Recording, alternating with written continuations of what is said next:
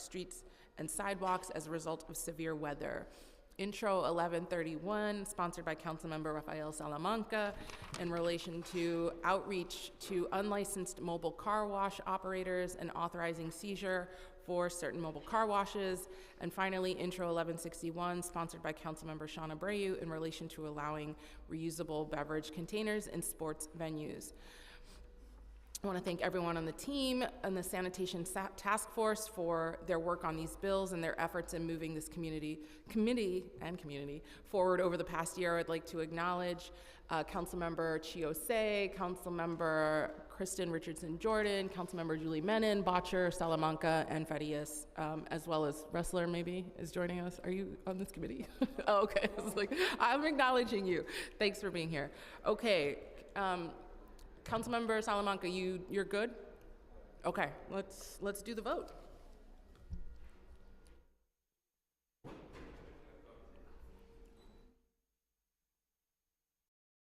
We're ready. Good morning, William Martin, Committee Clerk. Roll call vote, Committee on Sanitation and Solid Waste Management. All items are coupled. Chair Nurse. I vote aye. Salamanca. Aye on all, and congrats to all the sponsors of bills. Gennaro.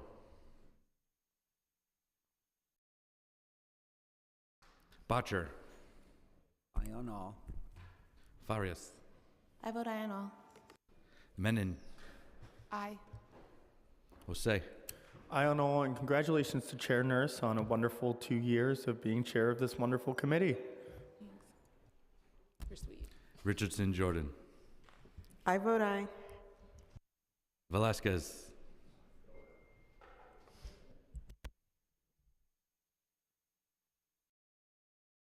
With a vote of 7 in the affirmative, 0 in the negative, and no abstentions, all items have been adopted by the committee. Yeager's. Oh, there it is. Yeah, anyways.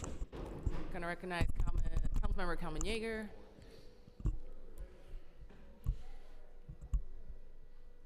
Councilmember Yeager.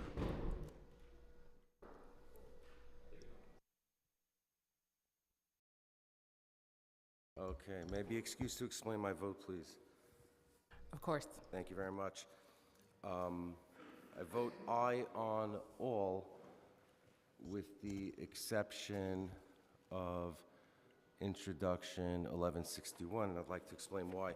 When the original draft of the bill was introduced, it was a bill that I could support. It was cognizant of the environmental needs, and it made sense. Allow people to use reusable containers, try to do a little better for the environment. The changes in the amended version of the bill, the one that is being adopted by this committee today, has inserted language that that requires that the drinking vessel that we are allowing in be composed primarily of aluminum or stainless steel. The first version of this bill did not have that. It allowed it to be of any material. The second change is that it requires that the container be capable of holding